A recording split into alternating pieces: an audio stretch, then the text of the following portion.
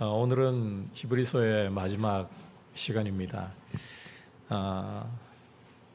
이 히브리서를 통해서 이 구약의 어려운 내용들이 실은 이 말씀에 많이 담겨 있어서 전하는 저도 굉장히 많은 고민이 들 수밖에 없었고, 또 여러분들께서도 듣는 게 쉽지만은 않으셨을 겁니다.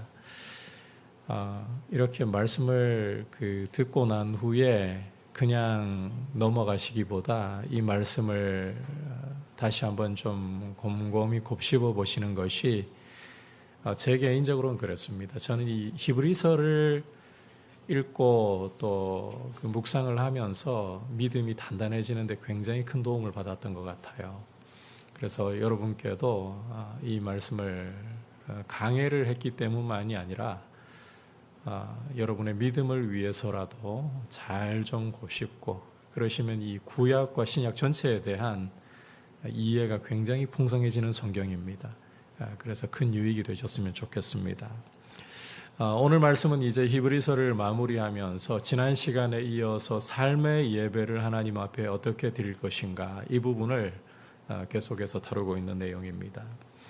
오늘 말씀은 여러분께서 읽어보시면 느끼시겠지만 특히 교회의 지도자들에 대해서, 말씀 사역자들에 대해서 굉장히 중요하게 다루고 있다는 것을 보실 수가 있습니다. 자, 이제 함께 말씀을 좀 구체적으로 살펴보면서 삶의 예배에 대해서 어떤 메시지를 주시는가, 어떻게 삶의 예배를 드려야 할 것인가 살펴보겠습니다. 자, 첫 번째로는 믿음의 본을 따르라. 말씀 사역자들의 믿음의 본을 따르라 라는 이야기입니다. 7절을 여러분께서 보시면 하나님의 말씀을 너희에게 일러주고 너희를 인도하던 자들을 생각하고 그들의 행실의 결말을 주의하여 보고 그들의 믿음을 본받으라, 이렇게 말씀을 하고 있습니다. 새 번역에서는 이 부분을 이렇게 또 번역을 하고 있어요. 여러분의 지도자들을 기억하십시오. 그들은 여러분에게 하나님의 말씀을 일러 주었습니다. 그들이 어떻게 살고 죽었는지를 살펴보고 그 믿음을 본받으십시오. 지금 화면에 이 세 번역 뜨고 있는데요. 여기에서 히브리서 기자가 독자들에게 기억하라고 하는, 또 어떻게 살고 죽었는지 그들의 행실에 대해서 잘 살펴보라고 하는 이 지도자들이 누구인가? 자, 히브리서 기자는 이들이 하나님의 말씀을 일러주고 독자들을 인도하던 이들이라고 소개를 하고 있고, 더불어 이들은 믿음으로 살다가 죽은 이들이다, 이렇게 설명을 더하고 있습니다. 이들 지도자들이 누구인가에 대해서는 두 가지 해석이 있어요. 먼저는 앞서 히브리서 11장과 12장에서 보여주었던 구약의 믿음의 선진들이다, 이렇게 보는 입장이 있습니다. 또 한 가지는 이 말씀에서 여러분들이 읽으시면 바로 느끼실 수 있겠지만 과거 이 히브리서를 읽는 독자들에게 말씀을 전해주고 가르쳤던, 삶으로 믿음의 본을 보였던 지도자들, 현재는 더 이상 살아있지 않은 지도자들, 이렇게 보는 두 가지 견해가 있습니다. 어느 쪽으로 보셔도 큰 무리는 없습니다. 하지만 문맥상으로 볼 때는 후자의 견해가 더 어울려 보입니다. 자, 어느 쪽이 되었든 간에 삶을 통해서 그들의 믿음을 보여준 지도자들, 그들이 어떻게 살았고 죽었던지 그들의 믿음의 본을 잘 따라야 된다는 거예요. 삶의 예배를 하나님 앞에 잘 세워가기 위해, 잘 드리기 위해서는 좋은 믿음의 지도자들의 본을 따라야 된다. 여러분, 이 믿음을 세우고 삶의 예배를 잘 드리는 것은 스스로 독자적으로 잘할 수 있는 일이 아닙니다. 우리는 결코 우리 홀로, 우리 스스로 믿음을 잘 세울 수 있다라고 생각을 해서는 안 돼요. 언제든지 본이 필요합니다. 오늘 이 히브리서 기자가 교회에게 강조하듯이 하나님의 말씀을 가르치고 또 삶으로 믿음의 본을 보여주었던 지도자들, 그 지도자들의 삶과 죽음을 자세히 살펴보아서 그 믿음의 본을 받아야 된다는 거예요. 자, 그런데 우리에게는 특히 우리 시대 같은 경우는 참 고민이 일어납니다. 과연 우리에게 참 지도자가 얼마나 있는가? 우리 한국교회에 지금 지도자가 얼마나 있는가? 목회자인 저도 여러분들 앞에 참 드릴 말씀이 없을 정도로 고민이 일어나지 않을 수 없어요. 과거에는 뚜렷한 이름이 나왔습니다. 주기철 목사님이라든지 손양원 목사님이라든지 또 한경직 목사님이라든지 그리고 좀 가까이에서는 옥하는 목사님이라든지 하용조 목사님이라든지 지금은 이름이 잘 나오지 않아요. 시대의 영향도 부정할 수가 없습니다. 그러다 보니까 우리가 이 믿음의 본으로 삼을 만한 지도자들이 참 부재한 시대가 아닌가. 이게 교회 안에서만 그런 게 아닙니다. 세상도 이제는 지도자들이 있다고는 하지만 부재한 시대입니다. 여러분, 미국 같은 경우 한번 보십시오. 과연 지도자가 있는가? 우리나라로 한번 돌아와 보십시오. 과연 지도자가 있는가? 그러다 보니까 이 시대적인 영향도 무시할 수가 없어요. 교회 안에서도 우리 앞서간 믿음의 정말 우리 가까이에서 믿음의 본을 보여준 과거의 지도자들, 우리가 정말 본삼을 지도자들, 그런 분들 어떻게 찾을 수 있을까? 어떻게 믿음을 좀 잘 따라갈 수 있을까? 믿음의 본이 필요한데, 여러분, 우리는 스스로 안 돼요. 믿음의 본이 필요한 거예요.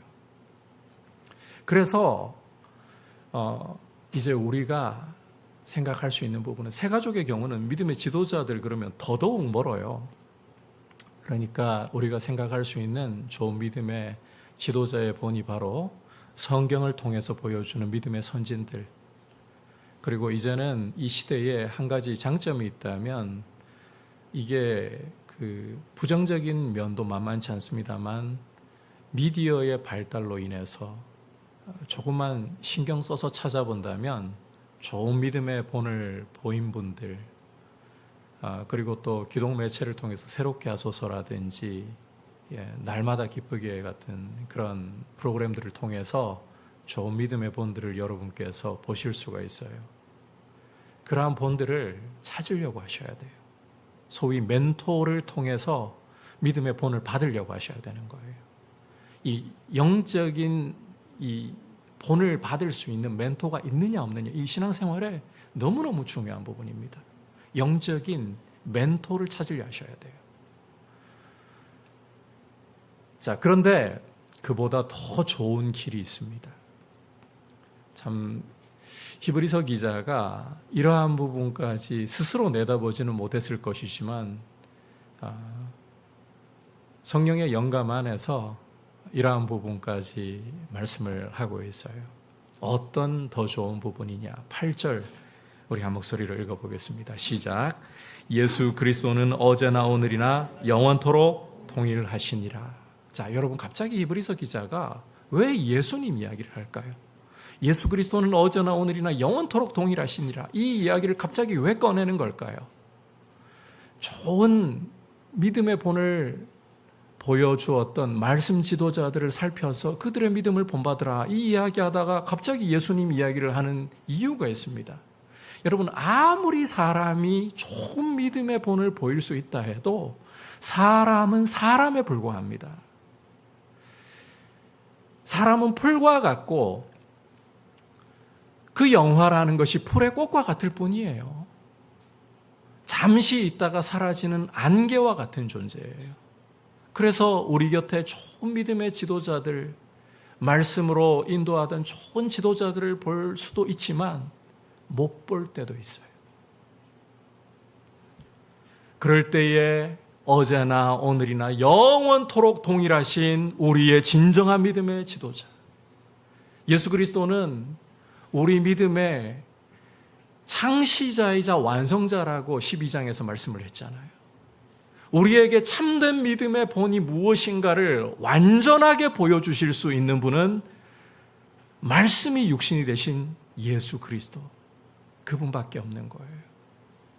비록 시대가 변하고 또 눈에 띄는 사람이 믿음의 본을 보여주지 못한다 할지라도 어제나 오늘이나 영원토록 살아계시고 또 영원토록 변함없으신 예수 그리스도, 그리스도야말로 우리의 진정한 믿음의 본이시다.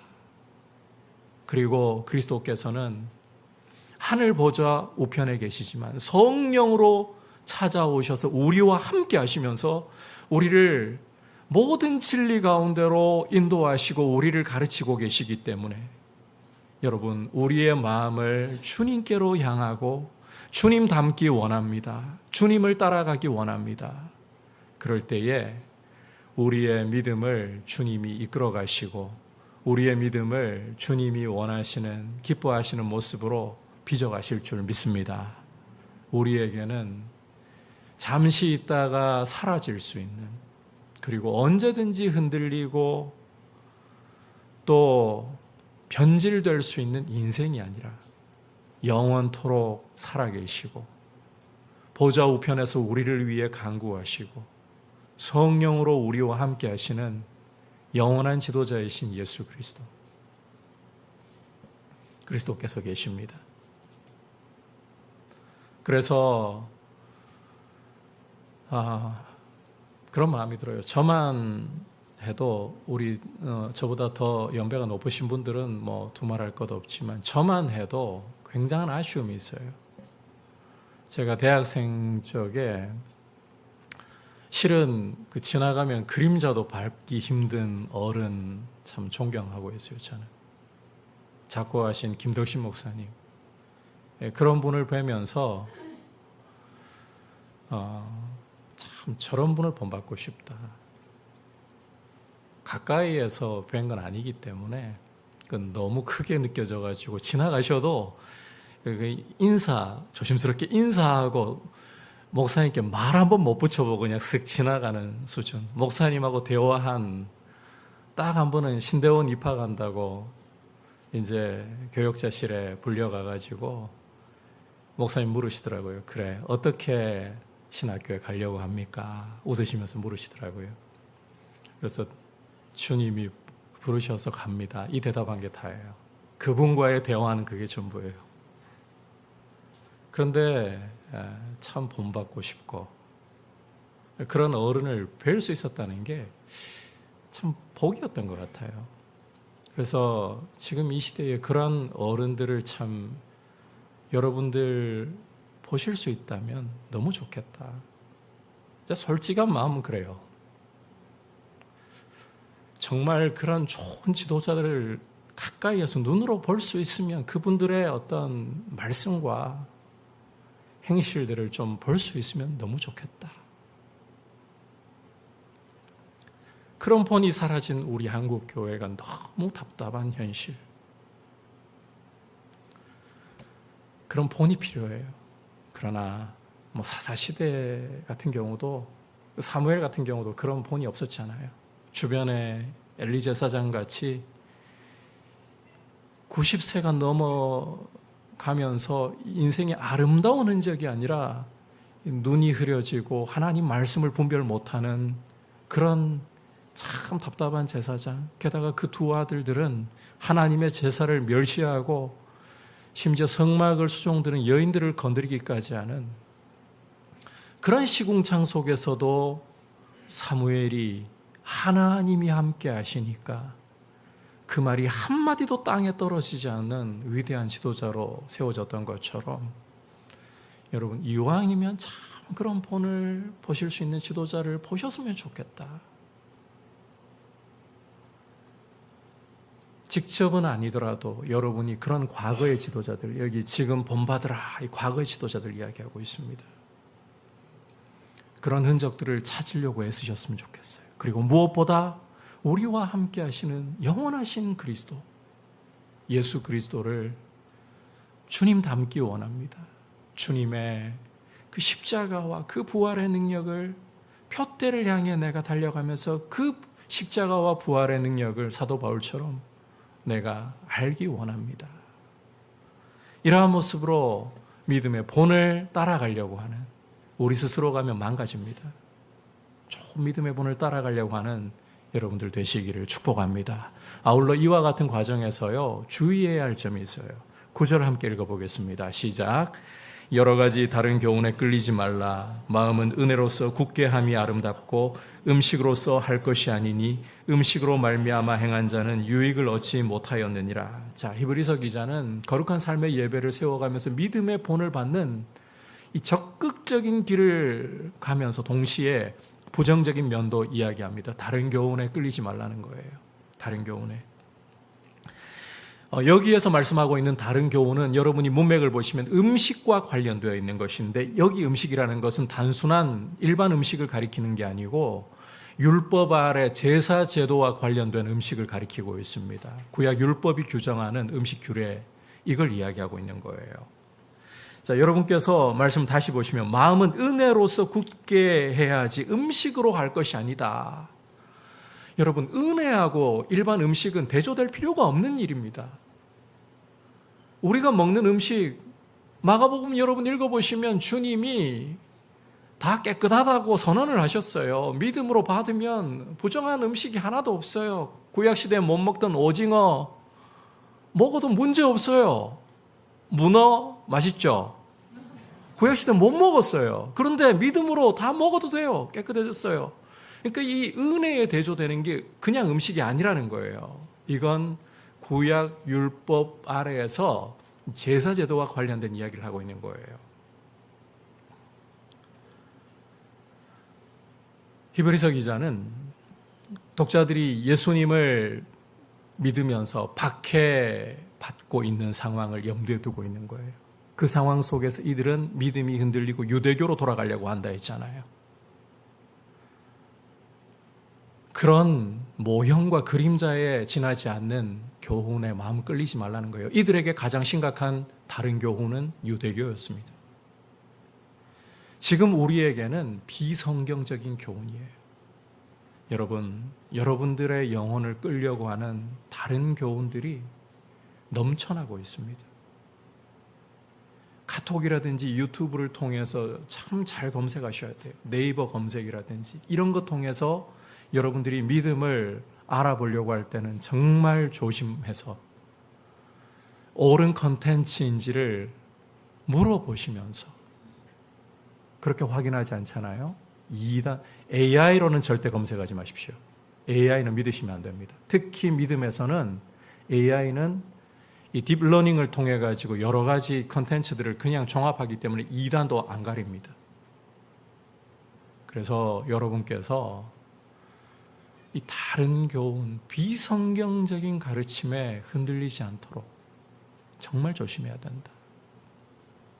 좋은 믿음의 본을 따르려고 하고 성경적이지 않은 것에 귀를 닫으려고 하는 노력, 이게 삶의 예배를 세우는 정말 중요한 모습이다.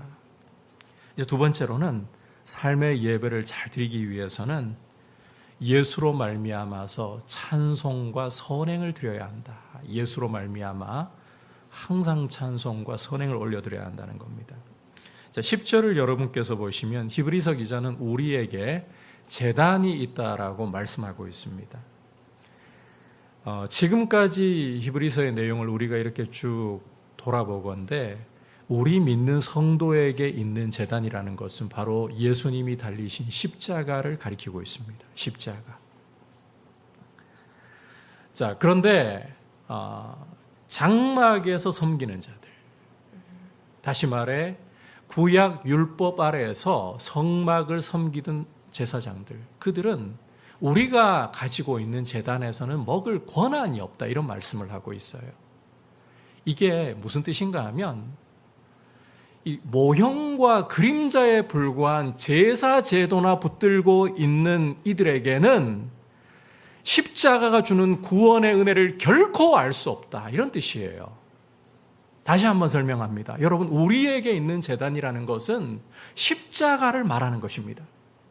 그런데 구약 장막에서 섬기던 이들, 구약 율법 아래에서 모형과 그림자로 제사하던 이들은 결단코 이 십자가라는 제단이 주는 구원을 누릴 수가 없다는 거예요. 유대교로 돌아가려고 해서는 거기에는 참된 구원이 없다는 거예요. 십자가에만 구원이 있다는 거예요. 왜 유대교로 돌아가려고 하냐? 이걸 이렇게 보여주고 있는 겁니다.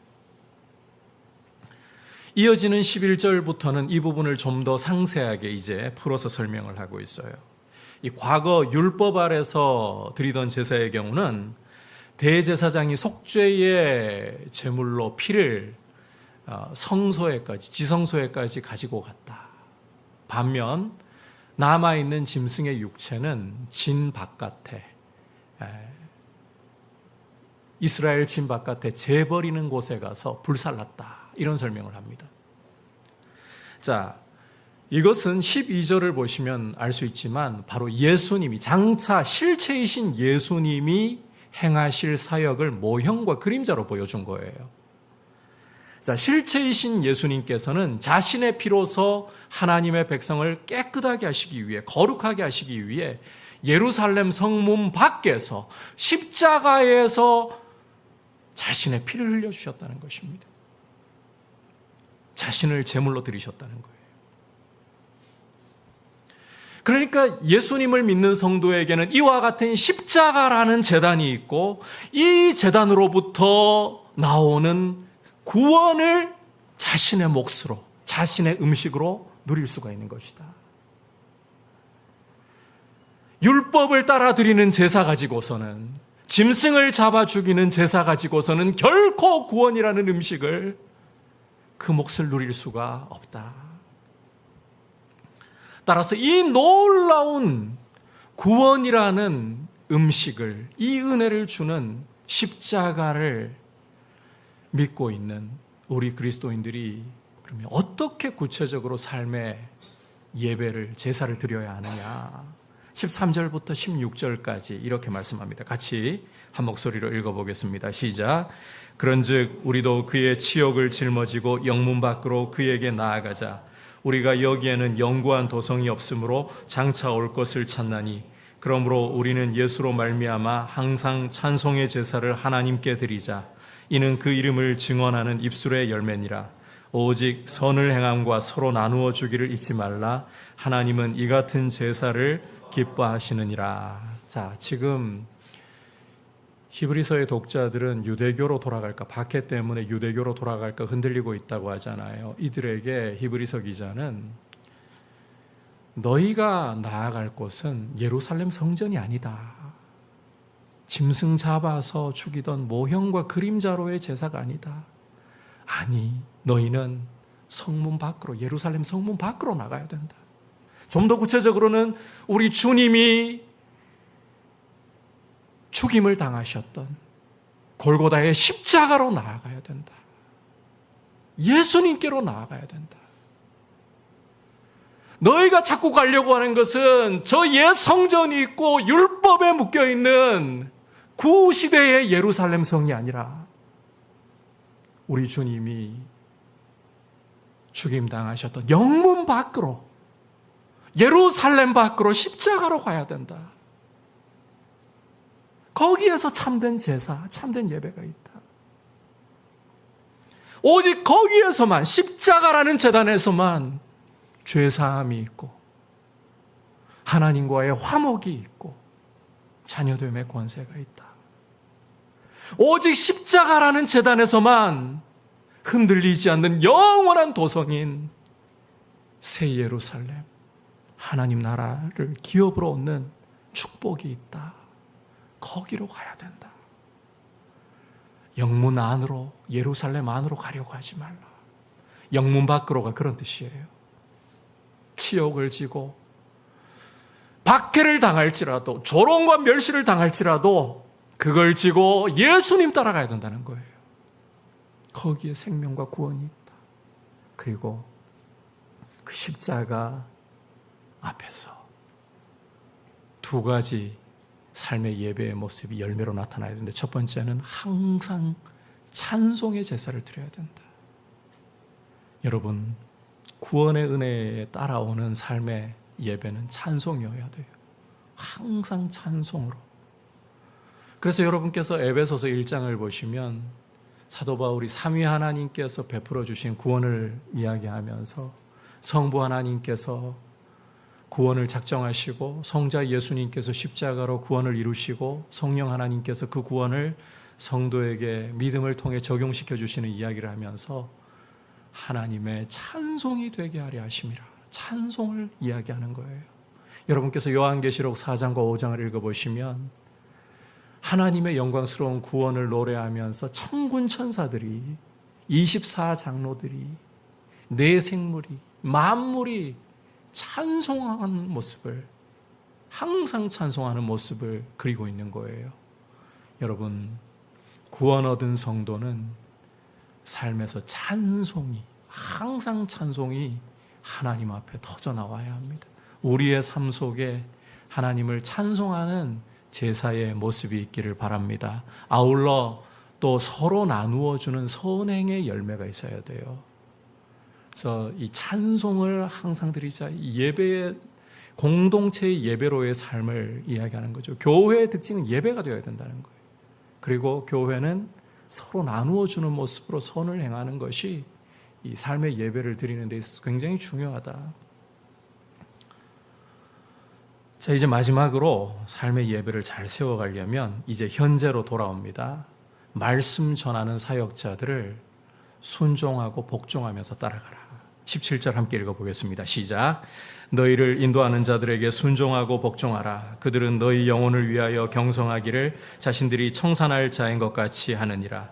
그들로 하여금 즐거움으로 이것을 하게 하고 근심으로 하게 하지 말라. 그렇지 않으면 너희에게 유익이 없느니라. 자, 앞서 7절에서는 과거 지도자들, 현재에는 더 이상 살아있지 않은 과거 지도자들의 믿음의 본을 따르라, 이렇게 강조를 했다면, 이제 27절에서는 현재 교회를 말씀으로 지도하고 있는 사역자들에게 순종하고 복종하라, 이렇게 강조하고 있습니다. 왜냐하면 말씀 사역자들은 성도의 영혼을 위해서 깨어 경계하기를 자기가 청산할 사람인 것 같이 한다. 쉽게 말해 성도의 영혼을 말씀으로 돌보고 장차 하나님 앞에 자기가 한 일을 낱낱이 보고해야 할 사람들이기 때문이다, 이렇게 이야기를 하고 있습니다. 따라서 말씀 사역자들이 영혼을 돌보고 영혼을 믿음으로 세우는 일에 있어서 즐거움으로 하도록 교회가 도와야 된다는 거예요. 근심으로 하게 해서는 안 된다. 그러려면 순종하고 복종하라. 그러니까 여러분, 말씀 사역자들의 사역 때문에, 그 말씀, 전하는 말씀 때문에 순종하고 복종해야 된다는 것입니다. 여러분, 우리 말씀 사역자들도 여러분과 똑같은 성정을 가지고 있는 사람에 불과해요. 우리의 어떤 인격과 우리의 이 됨됨이 때문에 순종하고 복종하라 할 수 없어요. 똑같아요. 다르지 않아요. 그러나 여러분이나 전혀 다를 바 없는 말씀 사역자들, 이 연약한 질그릇과 같은 사역자들을 주님이 선택하시고 이 질그릇에다가 말씀을 담아주셔서 교회에게 전하게 하시고, 그 이유입니다.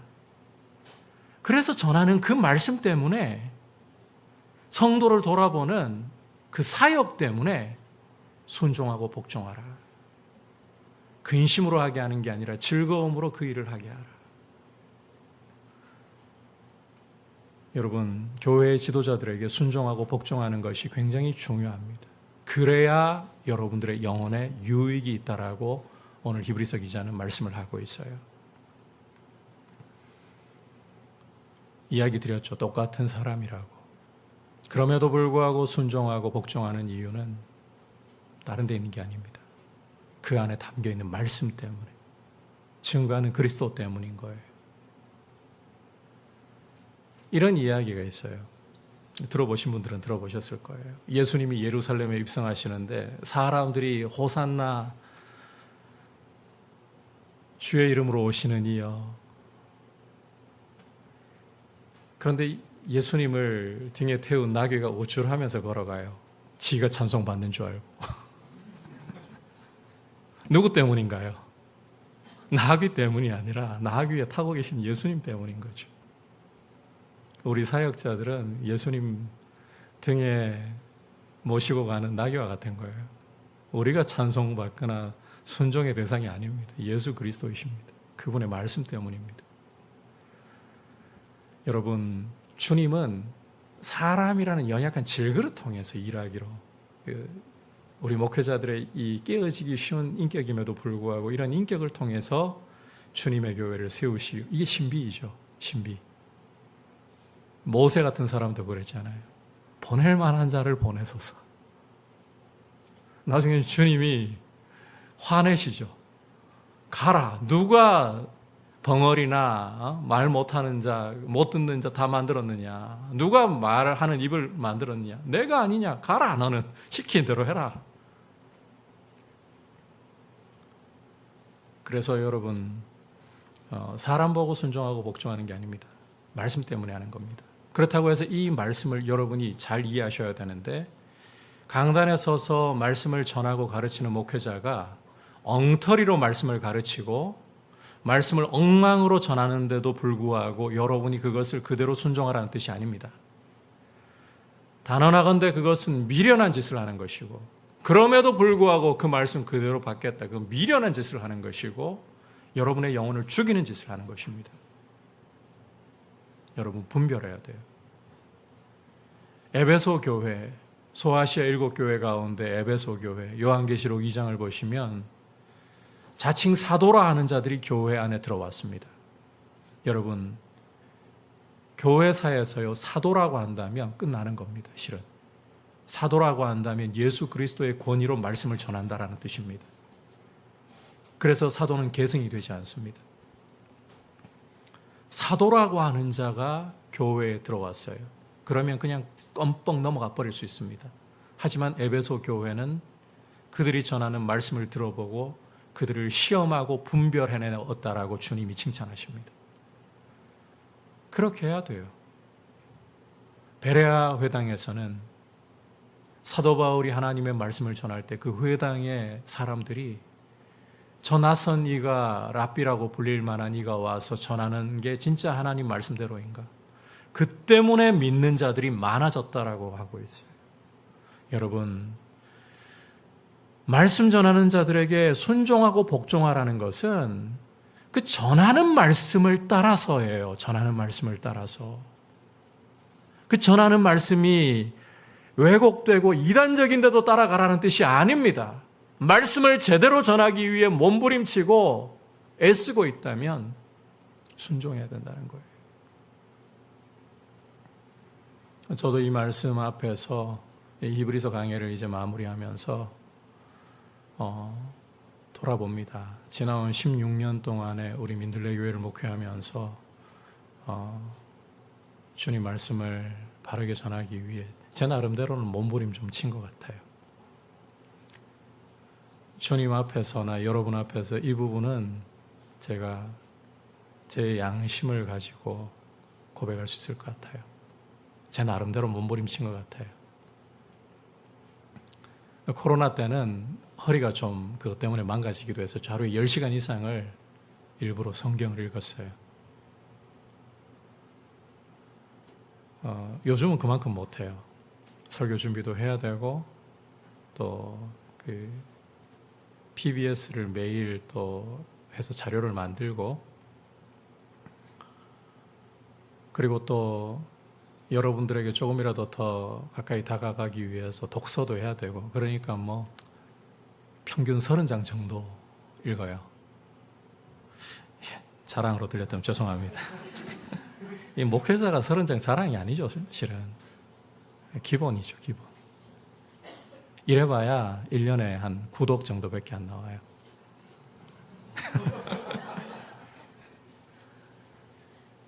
아니, 목회자가 성경 모르고 여러분 앞에 뭘 전문적인 이야기 하겠습니까? 정치 이야기 하겠습니까? 경제 이야기 하겠습니까? 예술 이야기 하겠습니까? 목사는 말씀으로 이야기해야 되는 거예요. 부족하지만 그렇게 하기 위해 몸부림쳐 왔습니다. 여러분께서도 계속해서 주님의 말씀을 위해 흔들리지 않고 몸부림치며 달려갈 수 있도록 기도해 주시고, 우리 민들레교회 강단이 말씀으로 풍성한 강단 될 수 있도록 기도해 주시고, 그게 여러분들이 주실 수 있는 가장 좋은 선물이에요. 가장 좋은 순종이에요. 그렇게 우리가 이 삶의 예배를 하나님 앞에 세워가는 거룩한 공동체의 모습 이룰 수 있기를 주님의 이름으로 축복합니다. 오늘 이제 이 히브리서를 마무리하면서 삶의 예배 어떻게 드릴까? 이미 아름다운 믿음의 자취를 남기고 간 지도자들, 그들을 본받으려고 하되, 그러나 사람은 지나갑니다. 그래서 영원하신 예수 그리스도, 그 믿음을 본받으라. 두 번째로는, 이건 시대적인 배경이 히브리서 안에 있죠. 영문박, 그러니까 십자가 앞으로 나아가 예수 그리스도를 붙들고 공동체가 함께 모이는 거룩한 찬송의 예배, 그리고 서로 나누어 주는 선행으로 삶의 예배를 공동체적으로 세워가라. 마지막으로 현재 말씀의 지도자들에게 순종하고 복종하라. 그렇게 함으로 우리 민들레 교회가 예배의 공동체, 삶의 예배의 공동체, 그리고 무엇보다 존귀하신 그리스도를 높이는 거룩한 공동체 될 수 있기를 주님의 이름으로 축복합니다.